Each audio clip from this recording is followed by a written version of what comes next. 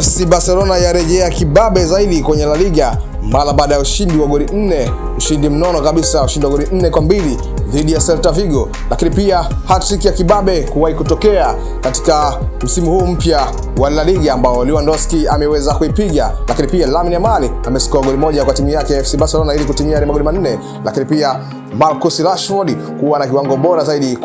kutoa assist 2 kwenye mchezo huo, lakini mpaka sasa Marcus Rashford yuko na takwimu nzuri za assist, anaongoza kwa assist kwenye La Liga nzima akiwa na assist 6 pekee. Lakini pia msimamo wa ligi wenyewe unasema kwamba FC Barcelona yuko nafasi ya pili akiwa nyuma ya Real Madrid, huku akiwa amezidiwa pointi 3 tu, kwamba Real Madrid wakiwa na pointi 31 na FC Barcelona wakiwa na pointi 28 tu. Barcelona is back. Tunaona kabisa